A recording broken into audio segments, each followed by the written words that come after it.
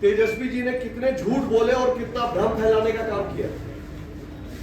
तेजस्वी जी ने सबसे पहले बोला कि एसआईआर पहली बार हो रहा है और सिर्फ बिहार में हो रहा है। भूल गए कि 2003 में जब सत्ता में आरजेडी थी, लालू परिवार का सीएम था, तो एसआईआर 15 जुलाई 2003 से 14 अगस्त 2003 मात्र एक महीने में ही करा दी गई थी।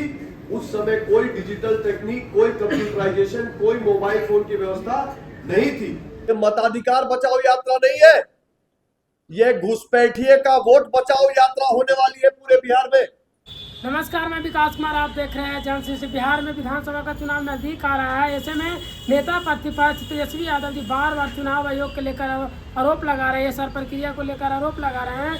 वही आज भाजपा के जो राष्ट्रीय नेता हैं ऋतु राशि ने तेजस्वी यादव को करारा जवाब देते हुए क्या कुछ बोले हैं, जरा आप खुद सुनिए। तेजस्वी यादव जी को देख लीजिए, पिछले डेढ़ महीने की 45 दिन की मैं आपको डिटेल बता रहा हूं, ब्यौरा दे रहा हूं। तेजस्वी जी ने कितने झूठ बोले और कितना भ्रम फैलाने का काम किया। तेजस्वी जी ने सबसे पहले बोला कि एसआईआर पहली बार हो रहा है और सिर्फ बिहार में हो रहा है।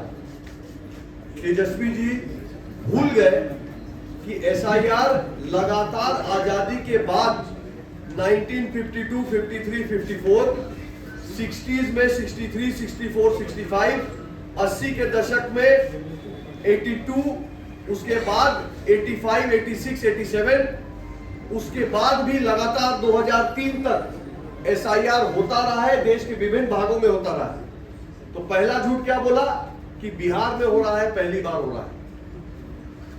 सच्चाई क्या है कि 2003 में बिहार में हुआ था, उसके पहले भी इलेक्शन कमीशन इस तरह का पुनर्निरीक्षण कई बार कई प्रदेशों में करा चुका है। दूसरा,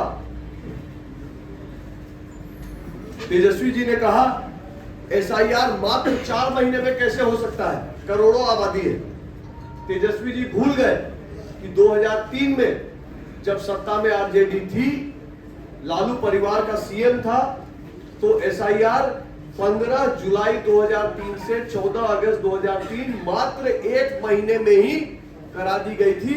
उस समय कोई डिजिटल तकनीक, कोई कंप्यूटराइजेशन, कोई मोबाइल फोन की व्यवस्था नहीं थी, पर एक महीने में एसआईआर पूरे बिहार का हो गया था।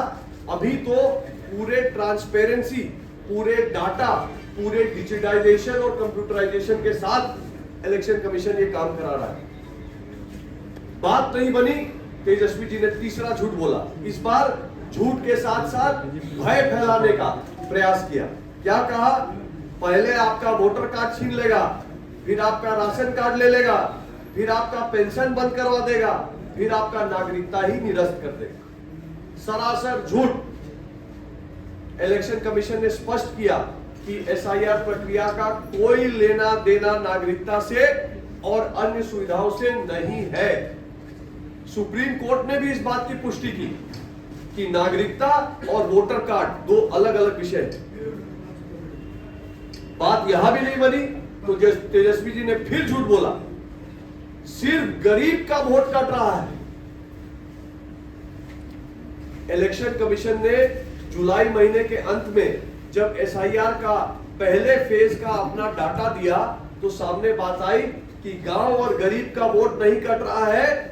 शहरी क्षेत्र में भी जो लोग अब इस दुनिया में नहीं है या जिन्होंने 2 वोटर कार्ड बना रखे हैं, जो यहां से शिफ्ट हो चुके हैं, शहरी क्षेत्र में हो या ग्रामीण क्षेत्र में हो, बिना भेदभाव के, अमीर हो, साधारण हो, गरीब हो, बिना भेदभाव के, बिना जाति वर्ग धर्म देखे हुए एक टेक्निकल और पारदर्शी व्यवस्था इलेक्शन कमीशन करवा रहा है। तेजस्वी जी की बात यहां भी नहीं बनी तो तेजस्वी जी और आगे बढ़े। उन्होंने आरोप लगाया कि अरे भाई, मेरा ही वोटर कार्ड डिलीट कर दिया। और सच्चाई क्या निकली, जग हंसाई हुई। तेजस्वी जी का एक नहीं 2 वोटर कार्ड इलेक्शन कमीशन ने बता दिया। और एक वोटर कार्ड तो फेक वोटर कार्ड है, जिस फेक वोटर कार्ड के आधार पर उन्होंने 20 का अपना चुनाव का नामांकन भरा है। मित्रों, मुद्दा ये नहीं है कि तेजस्वी जी झूठ बोल रहे हैं, ये तो हम सबको पता है। भारी संख्या में अपने अपने विधानसभा और लोकसभा क्षेत्र में इन लोगों ने वोटर जोड़े हैं।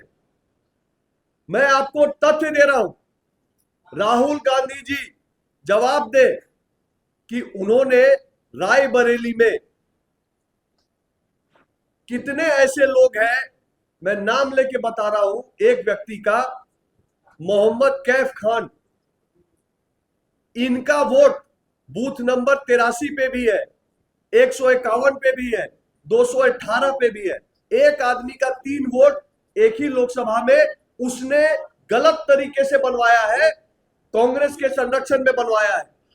क्या राहुल गांधी जी को इस बात का डर है कि एसआईआर बिहार में हो गया तो एसआईआर यूपी में भी होगा और रायबरेली में भी इस गलती की सुधार करने पे वो मजबूर हो जाएंगे? क्या राहुल गांधी जी को इस बात का डर है कि एक घर पर 60-60 वोट उन्होंने फेक एड्रेस पे जो बनवाया है रायबरेली में, एसआईआर होगा तो इलेक्शन कमीशन उनकी इस चोरी को पकड़ लेगा? तेजस्वी यादव जी को किस बात का डर है? क्या तेजस्वी यादव जी को इस बात का डर है कि जो 22 लाख लोग बिहार के अब इस दुनिया में नहीं रहे, उनका वोट अगर निरस्त हो जाएगा तो तेजस्वी जी के कार्यकर्ता उनके नाम पे फर्जी वोट नहीं डाल पाएंगे? तेजस्वी जी को किस बात का डर है? इस बात का डर है कि अगर एसआईआर हो जाएगा तो जो 7 लाख लोग बिहार में तेजस्वी जी के जैसे एक नहीं अनेकों जगह वोट मारने का काम करते हैं, डुप्लीकेट वोट बना के रखे हैं, उनका वोट बच जाएगा। क्या तेजस्वी जी को इस बात का डर है कि जो घुसपैठिए हमारे सीमांचल क्षेत्र में घुसे हैं, उनके हितों का संरक्षण हो, उनको बैकडोर से किसी तरह बिहार में वोटर बनाया जाए, बाद में उनको बिहार में नागरिक बनाया जाए? मित्रों, शर्म की बात यह है कि कल 13 अगस्त तक तेजस्वी जी और राहुल बाबा ने सिर्फ प्रेस कॉन्फ्रेंस किया है। इलेक्शन कमीशन का मैं डाटा दिखा रहा हूं, राजद ने, कम्युनिस्ट पार्टी ने, कांग्रेस ने एक भी आपत्ति दर्ज आज तक नहीं की है। एसआईआर पे कोई technical form 6, form 7, form 8 online व्यवस्था इलेक्शन कमीशन ने दी है। बीएलओ के पास फॉर्म पड़ा है। तेजस्वी यादव जी के आरजेडी के 50,000 से ज्यादा बूथों पर बीएलए है, लेकिन उन्होंने एक भी आपत्ति एसआईआर के खिलाफ टेक्निकल आधार पे दर्ज नहीं कराई है। वो सिर्फ जनता को भ्रमित करने के लिए, घुसपैठियों का संरक्षण करने के लिए, तुष्टीकरण की राजनीति करने के लिए ये काम कर रहे हैं। ये मताधिकार बचाओ यात्रा नहीं है, ये घुसपैठिए का वोट बचाओ यात्रा होने वाली है पूरे बिहार में। और जान लीजिए राहुल गांधी जी, जान लीजिए तेजस्वी जी, आपकी ये यात्रा जिस जिस जिले में जाएगी, वहां का आम नागरिक आपको रोक के पूछेगा कि यात्रा किसका वोट बचाने के लिए कर रहे हो, रोहिंग्या का, बांग्लादेशी का, म्यांमारी का? घुसपैठ से वोट लाकर अपनी राजनीति सेकना बिहार में नहीं चलेगा। तो जैसा कि आपने उनकी बातों को सुना, उन्होंने एक ये भी बात बोले कि 2003 में भी एसआईआर प्रक्रिया हुई थी, उस समय आपका ही सत्ता था, मेरा सत्ता नहीं था। तो इसमें आपका क्या प्रतिक्रिया है, कमेंट में ज़रूर बताइए। ऐसे ही रूबरू खबरों के साथ बने रहिएगा जनश्रेष्ठ टीवी पटना।